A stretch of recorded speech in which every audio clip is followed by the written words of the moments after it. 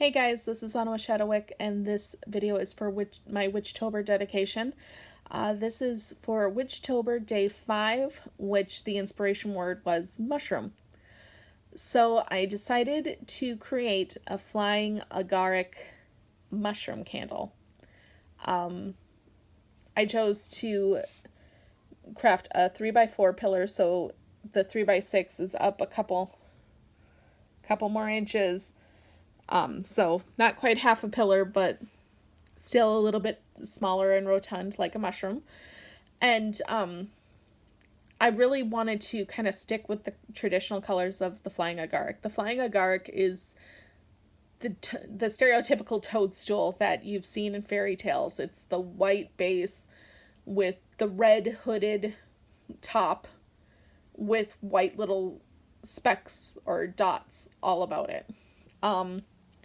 In the physical realm and mundane usage is, I guess you could say, it is a highly hallucinogenic mushroom. And in the magical realm, it kind of retains that. It's really great for vision questing. It's good for meditation. It's good for connecting to other realms, especially the Fey realms. It is good for helping promote visions and kind of stimulating that third eye to see through to the true meaning, to the truth of things, not just taking what's in your face, but what is the real truth within that, and kind of filtering through with that. So when I created the sigil, I really wanted to kind of stick with that purpose. I wanted to include the elements. So here we have earth, we have air, we have fire, we have water, and then I made a symbol of a very literal sigil of the mushroom, and I even put the little specks on it. And in the topper of the mushroom, or the hood of the mushroom, I have an eye, and if you can see, the spirit pentacle is in the middle. So you have earth, air, fire, water, spirit. And spirit is powering the eye, so you are able to help connect to that third eye, or connect to that inner eye, so that you are able to stimulate visions and connect to other realms and kind of see through the reality of things and connect to whatever vision quest you happen to be on to find a bit more within. Then, because it is such a connector to the Fey realms, I wanted to include the fairy magic star. But I took it a step further because a lot of times when I'm trying to symbolize as above, so below, so without, also within, I'll use the star, the upright star, and then the introverted star, or pentagram. And so I kind of took the same process here. I used the fairy magic star upright for the as above or as without, and flipped it upside down on the bottom of the stalk of the mushroom for the so below or as within.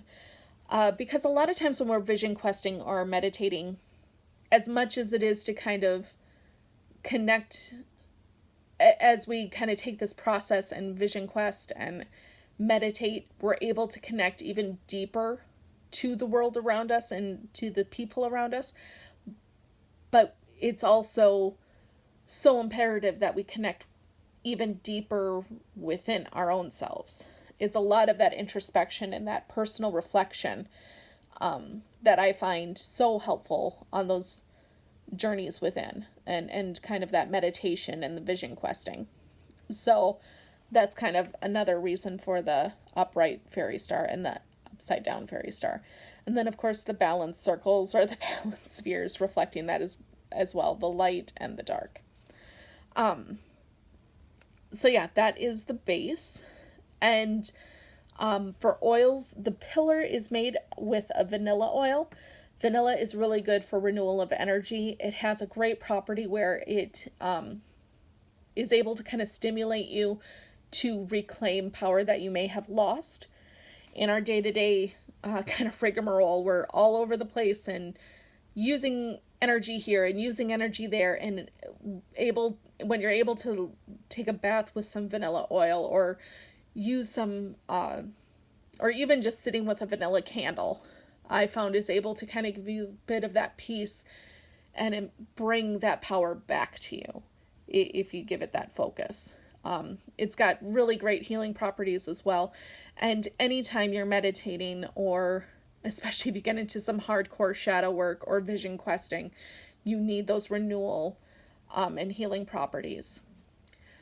Then to consecrate it, I actually used Lily of the Valley, which wasn't an oil I was planning on using at first, but I couldn't find, I think it was peppermint oil was what I had written down, and I could not find my peppermint oil. So I ended up using Lily of the Valley, which is a great oil, again, especially for inciting visions and meditating, but it also has a tremendous connection to the Fae realm. And again, the mushroom is such a connector to the Fae magics, and so I liked that connection as well. For me, on a personal level, Lily of the Valley reminds me of my childhood a lot, so I connect it to purity and kind of wonder, and that a little bit of light, I guess. So I really liked using it for that purpose. And then I rubbed the pillar with cinnamon. Cinnamon is a great spice rather. I really connect it as a spiritual spice, although it is a fire element. Some people believe it helps to open portals, and again, you have that with connecting to other realms. In the topper of the candle, on the herbal topper, we have 3 kind of darker herbs. You've got belladonna, wormwood, and mugwort. So belladonna can be highly toxic. Wormwood, I know, like if we're talking, absinthe and stuff, it's not like that. At least not like this version, but still, belladonna is is thought of as a baneful herb. Wormwood can have that negative connotation as well, and mugwort's a pretty connects to the moon. It has great meditation properties, but all 3 of them are really great for visions, really great for divination, really great to kind of let go of the here and the now and kind of connect to those nature energies and see where they bring you. And that ultimately was what I wanted to do with this candle. It wasn't so much about connecting in this ceremonial way of, having these candles lit and having the right incense and having these corresponding colors and this, that, and the other thing, and doing things by the book, but more kind of a primitive connection, connecting to nature in its rawness and its realness. Mushroom in and of itself is, it's a fungus. It's not necessarily the prettiest thing in the woods. You wouldn't put it on your kitchen table per se for a centerpiece, but when you are out in nature, they're beautiful. They can be, especially the Flying Agaric. It's a gorgeous, gorgeous thing. And so that's really what I wanted to do with this candle, was connect to nature to help with meditation and help with the vision questing and help connecting to other realms, and do it in a very primal and real way, whatever feels right for you. If you feel like, I do need,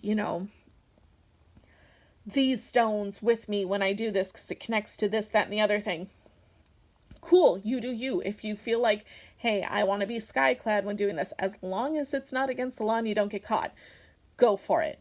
If you feel like, hey, I don't want to go outside, I want to stay inside, my hope is that this candle will help connect you to those nature energies, even though you might be in the city and not be able to get to nature.